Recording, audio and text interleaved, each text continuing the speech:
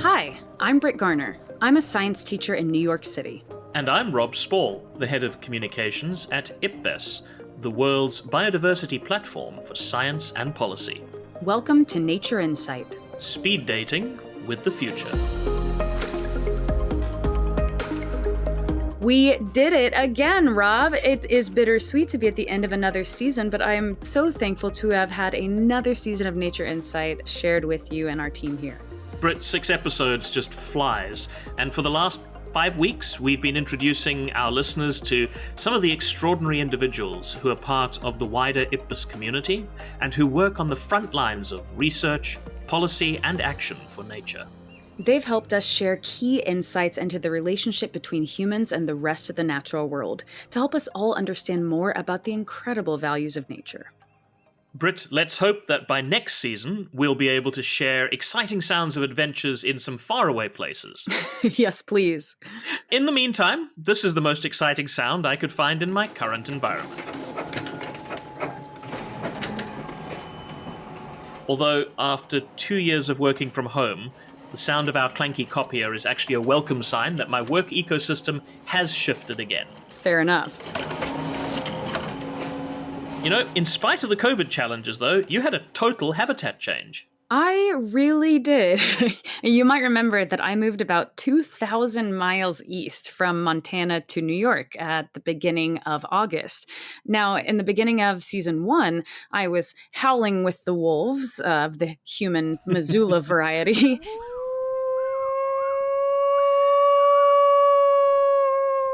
Every night to show appreciation for our frontline workers. And nowadays, these are the sounds I'm more likely to hear outside of my window.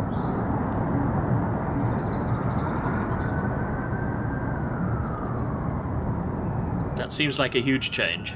It is, and yet somehow nothing's changed at all. We have humans and we have non-humans, and both are making sounds back and forth, sometimes in tandem, sometimes missing each other entirely. Both of these environments are nature, just in completely different manifestations and species and types. But I think too often we see nature as being quite separate, quite apart from our own lives. And if there's one thing that all of the interviews we've done on Nature Insight have left with me, it's the importance of looking at the values of nature through as many sets of eyes and from as many perspectives as possible. Yes, yes, and yes. Granted, I am biased, having graduated with a degree in interdisciplinary sciences, but I really do agree. I don't know how we can possibly begin to look at these complicated topics without inter and multidisciplinary work. Britt, speaking of interdisciplinary, our guest for this final episode of Season 2 is Steve Polasky. He's a professor of ecological and environmental economics at the University of Minnesota. Environment and economics. Now, a man after my own heart, being someone who tries to combine musical theater and science all the time. Indeed, these, are 2 areas of studies we don't usually see aligned. And yet, Steve really wanted to stress that they don't exist in isolation from each other at all. That's right. And he spent the best part of his long career figuring out how exactly they are interconnected. So I started by asking him what it was like when he first brought those 2 fields together more than 20 years ago. When I first started on this, it was a little bit like dropping into warring factions and being an economist in a room full of conservationists and conservation biologists and ecologists. It's sometimes had the feeling like I was coming over from the dark side. I have to say that this is totally changed. I think there's been a welcome recognition that if we are going to successfully navigate the 21st century, where humans have such a large impact on nature, that we in fact need to align ecology and economics, or more broadly, kind of the social sphere and the natural sphere. You were also one of the coordinating lead authors on the IPBES Global Assessment. And that study found that the changes we're going to need for sustainability have to cut across different systems. We've talked a bit about the study of the environment and the economy. How about the actual crises, the nature crises and economics? Are those overlapping? Absolutely. If you think about how it is that we meaning humans, are affecting the environment, a lot of this comes through our economic activity, how we how we choose to live and make our livings. So, everything from the emissions of greenhouse gases from burning fossil fuels to run our industry and our cars and airplanes and so on, to how we grow our food and changing land use, which changes habitat for other species. So recognition of how we are using and changing nature in kind of running our daily affairs, running our economy is essential, because otherwise we won't recognize how to change what we're doing or modify what we're doing and align it with the forces of nature rather than working against it, and use this to sustain our livelihoods rather than destroying the vital infrastructure on which it depends. So looking after nature is not just about saving cuddly critters, right? It really is also about safeguarding our own well-being. That's exactly it. There was this notion out there that conservation activities were nice but unessential. Hmm. These were frills. It would be great to save the polar bears, and wouldn't we all feel good about doing so? It is great to save the polar bears, don't get me wrong, but this is not just about saving the cute, cuddly critters out there. This is about saving the vital infrastructure on which our economy and our well being ultimately depends. I mean, we don't have an economy on Mars, we have an economy on Earth. We Yeah. depend on Earth systems to support us. I remember reading, I think it was either a World Economic Forum report or a UN report about the extent to which nature loss is putting economies at risk. And I think the number was that there's more than half of global GDP that is either moderately or highly dependent on nature. Yeah, and in some ways, as striking as that figure is, it's probably an underestimate. Mm. These are things which relatively directly depend on nature. So obviously growing food or timber or harvesting fish, those are things which clearly depend directly on nature. But put our economy on Mars, we don't have an economy. So ultimately, basically, all of the economy rests on Earth systems and the processes of Earth. So I think almost all industries recognize that nature impacts them at most one or two steps removed. One of the things we've spoken a bit about this season in Nature Insight is the different kinds of values of nature. And some people really object to the idea of giving nature an economic value, arguing perhaps that that's a way of commodifying nature. Why do we need to place an economic value on nature? There is a real issue here, which I want to address, but I also want to kind of broaden this out. I think there's sometimes a narrow notion of what economic value means, and it gets confused with market value and things which are bought and sold. What economic value to an economist like myself who studies the environment is, it's anything that people value, that gives value to people. So even saving the polar bears that we talked about earlier is a type of an economic value. Hmm. Okay, so if again we come back to this vital notion of the earth providing kind of the underpinning of the economy, the vital infrastructure, if you will, then placing an economic value on nature is trying to make visible the invisible. It's trying to show, in fact, how nature contributes in vital ways to our well-being. And that's the kind of the notion of bringing economic value to nature or placing an economic value to nature, which I think is vitally important to successfully going forward with economics and our whole society going into the 21st century. So now I did say at the start, there is a notion that, people talk about the danger of commodifying nature and the narrow notion of, does it have a market value or not? Many things in nature do not have market values. And so, to financial systems, to economic systems right now, they don't appear to be worth anything. And of course, that's not true. They have value. It's just that it doesn't show up in our current economic and financial accounting. When you say a market value, can you make that real for us, for those of us who are not economists? Let's use the example of suppose I do my own housework, right? Mm-hmm. So if I take care of my kids and I wash the floors and I cook dinner and I do that all myself, that doesn't get bought and sold in a market. There's no market transaction. The government has no record of this. From the official accounting standpoints, this has no value. I mean, it doesn't show up in the economic accounts. If I hire a cook and a nanny and I now pay them to take care of my kids and cook dinner, now that is a market transaction and it shows up as having value. Well, it's the same thing with the environment. The environment supplies us numerous things for free, filtering out water pollutants or air pollutants, providing clean water, providing pollination to our crops, providing soil fertility. All of this is done in a way for free. And the economic system doesn't pick up on this value. But of course, it is valuable. So the idea of making the invisible visible, I think that makes a lot of sense. Steve, I mean, one of the things I learned about when I did basic economics at university was the impacts of things like the Great Depression, for instance, in the 1930s. I know you talk about something that you call the Great Degradation. What does that actually mean?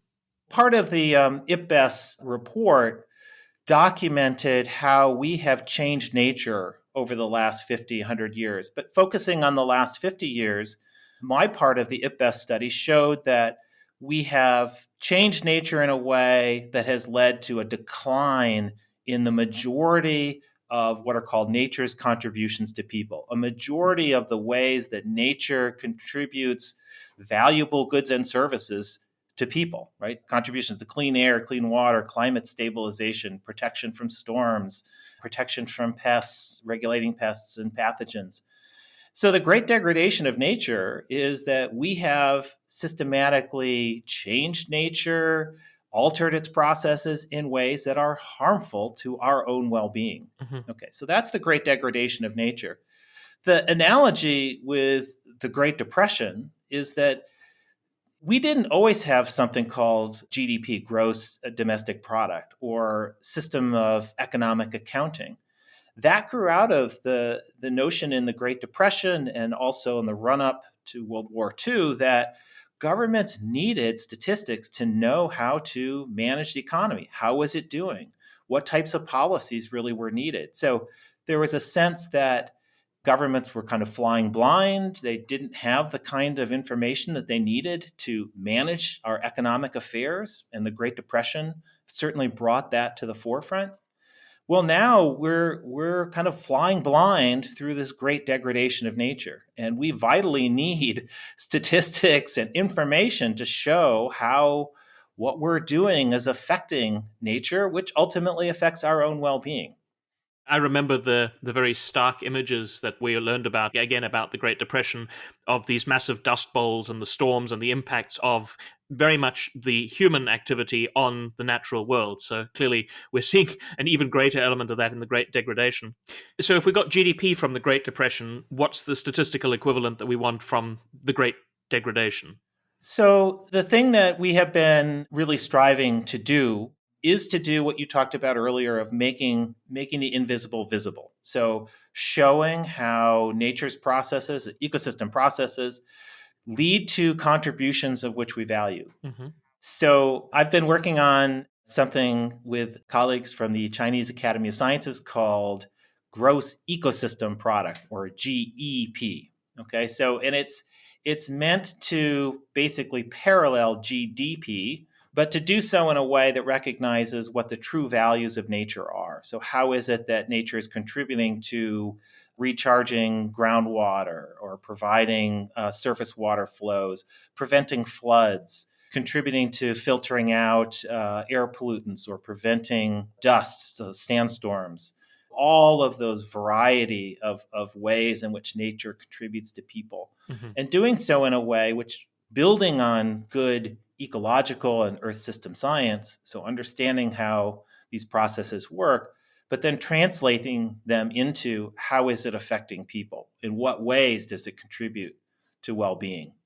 Okay, so economists really enjoy putting numbers on things. Let's try and put a number on that idea then. If you have GDP in a particular circumstance and you then want to look at GDP compared to gross ecosystem product, GEP, can you make that real for us? Yeah, so we did a study in China, in one of the provinces in Western China called Qinghai Province. It's up on the Tibetan Plateau. It's also known as the water tower of Asia because it's the headwaters of the Yangtze River, the Yellow River, and the Mekong River. So three very, very large river systems. And we did a study of GEP and compared that to GDP measures. So we valued the contributions that Qinghai makes to water resources, both there and downstream, the difference that it makes in terms of being able to stabilize soils to prevent sandstorms downwind. And we showed, in fact, that GEP was of similar magnitude to GDP. And in particular, that it wasn't just the production of crops or of livestock, which kind of one thinks about kind of directly as contributing to the economy, but it was really through these regulating water supplies, providing clean water, preventing erosion of soil and sandstorms. Those were the things that actually were contributing large values and made this GEP significant.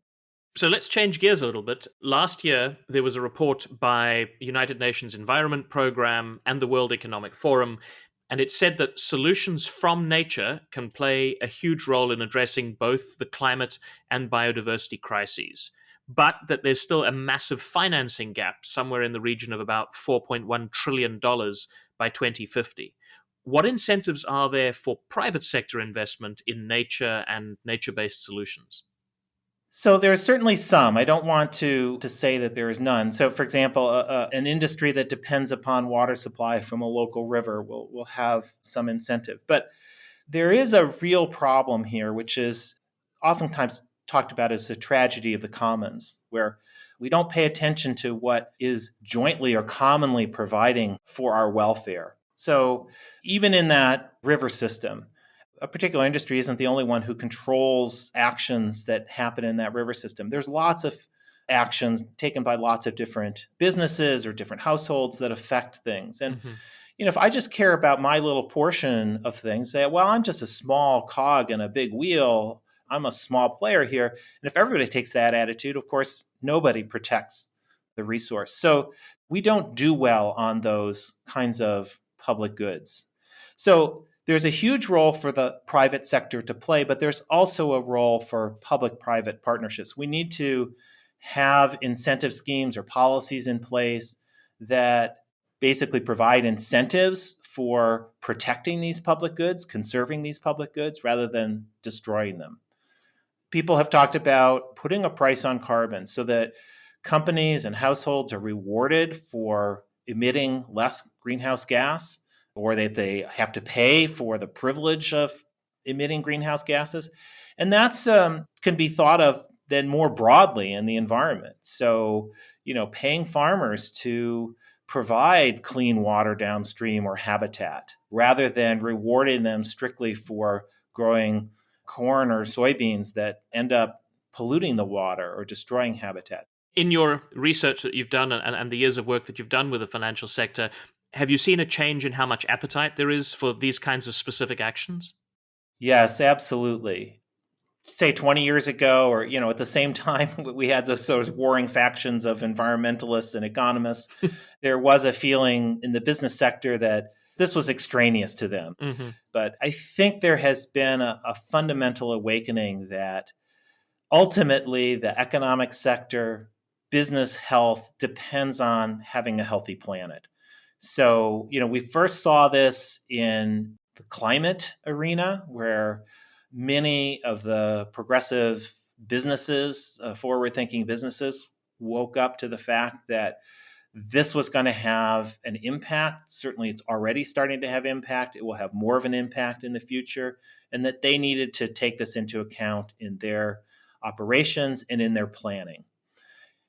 I think there is now a broader recognition that it's not strictly the climate, that even if we fix the climate problem, if we don't address these other nature's contributions to people, if we don't think about these other ways that we're affecting the planet through land use, through water use, through management of soil and management of biodiversity, that similarly poses risks to businesses and their operations. Maybe they've got a facility which is on a vulnerable coastline, or they're dependent on crops in an area that's the soil is becoming less fertile.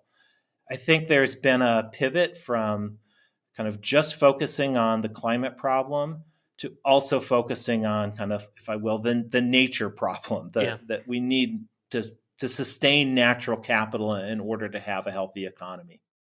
So clearly you've seen a change over time in how much appetite there is. Have you had any specific instances that you can share with us? Yeah, let me give you a very recent example. So, at the beginning of December, there was a meeting that was organized by the Central Bank of Mexico that invited central banks from other countries. And one of the keynote speakers was Hank Paulson, who was former chairman of Goldman Sachs and was the Secretary of the Treasury in the US for a while. So, these are top level people. And the point of this meeting was, in fact, how we need to bring nature, kind of nature's accounts into the financial accounts, into the central banks, into the operations of these financial organizations. So, here you have basically the very top of the financial industry and of central bankers recognizing that this is truly an important topic. Mm-hmm. How much of that do you think filters down from the top executive levels within the private sector to perhaps the more operational managers who are really having to implement changes? I think we've got a huge gap still. If you think about sort of stages of effectively dealing with problems, the first stage is recognition, and we're starting through that phase. We're still there.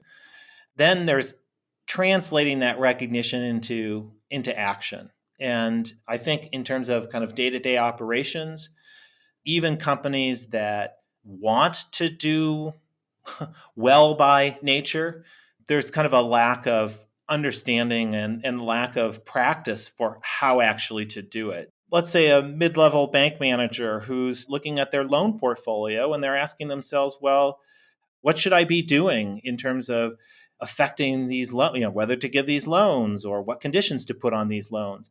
There's a real lack of kind of operational day-to-day translation of what it means to value nature and how that's going to affect that mid-level bank manager.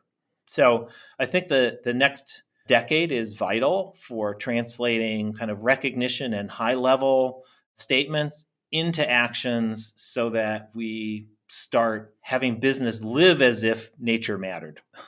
If you could share one message about the links between nature and the economy, what would that be? That properly understood, this is all really one system, that there is no separate economic accounting and environmental accounting, that properly understood natural capital, the nature's contributions to people, this is already internal or should be central to business and financial and economic accounting and business and financial incentives. So economics is not separate from nature. Or nature is not separate from economics, yes. Thank you so much, Steve. Really appreciate your time. I appreciate it. Thank you very much, Rob. I love that. Nature is not separate from economics. No, not at all. As Steve mentioned, there are actually some financial institutions, not enough of them, of course, but nonetheless, some of them are waking up to the importance of including nature in their operations and their planning. So I thought it would be good for us to hear from one of the organizations that does. Oh, awesome. Well, who'd you get to talk to for that? So I reached out to BNP Paribas, one of the biggest banking groups in the world, and had a quick chat with Delphine Gluzman. She's in charge of the environment section at BNP Paribas Foundation. Now, that's the philanthropic arm of the group. They say they're aiming to mobilize €3 billion in financing for the protection of biodiversity. So we started by talking about the financing gaps which also exist in the philanthropic world. In fact, if we looked at figures, what we can see is that less than 2% of global philanthropic giving is dedicated to climate change mitigation, and even less so for biodiversity. And to understand this gap, she explained that we need to look at history because people really are used to giving money to social or health-related causes, and in those areas, philanthropy has had some decent impact, but not so much with nature-related issues. People go specifically to causes that they know, that are close to them, and environment is a quite new topic in the area of philanthropy, and biodiversity is less known than other sectors. And I'm totally convinced that we can extend this effort to sustainable development and especially to the preservation of biodiversity and its habitats. This idea was really quite intuitive to me, that the flow of money would naturally go to more established causes that perhaps people understand. Oh, of course. I mean, that which we are closest to tends to be that which we care about and which we understand and speak about and is closest to home. And those are really the things that, when it comes to finance, we might be most readily available or most easily available to actually give to. Sure. As Delphine pointed out, a rather obvious solution: show people the impact of loss of biodiversity, loss of nature on their daily lives, and they'll care more about it and be willing to give more. I think we have to raise awareness to more people to understand why working on biodiversity is crucial for the society globally. BNP Paribas is actually the first foundation to have funded some of our work here at IPBES directly. And Delphine mentioned this when she talked about the value of the science that IPBES has been gathering in helping guide their decision-making and decision-making of other elements and organizations in the private sector. The tools that you design can help us develop the best practices to preserve biodiversity. It was totally natural for us to partner with you and to support financially your work that will serve, at the end of the day, the public interest. And so much of this goes back also to what Steve was talking about, the fact that the economy that we care about is the economy on Earth, not somewhere else. I mean, it's a really important point because this is what we've got. This is what we've got to work with. This is what we've got to live with. He talked about, in the beginning of his career, dropping into these warring factions between economics and ecology and biology. And the reality is that I think that war has really become much more of an understanding, and there's been a détente that's been reached with the idea that both sides need each other and that maybe there are no two sides, that it's ultimately the same side. Yeah, and just like the idea of nature itself being socially constructed, I mean, same with these things, any of these realms. They aren't truly these walled, cities without interaction with each other. It really is a fluid motion and more of an ecosystem. Amazing ecosystem, economic. Oh, I should grab my tinfoil hat. I think I'm onto something. Speaking of the great invisible, this idea that Steve had of making the invisible values of nature visible in our economic systems, actually it echoes so many of the discussions that we've had this season. Totally. The discussions about, how can you use law, which usually is invisible, in a more powerful way? How can you look at the idea of wild species and find out how important they are to each of us in ways that we just don't normally see? So making that invisible visible, it's almost a theme for the season.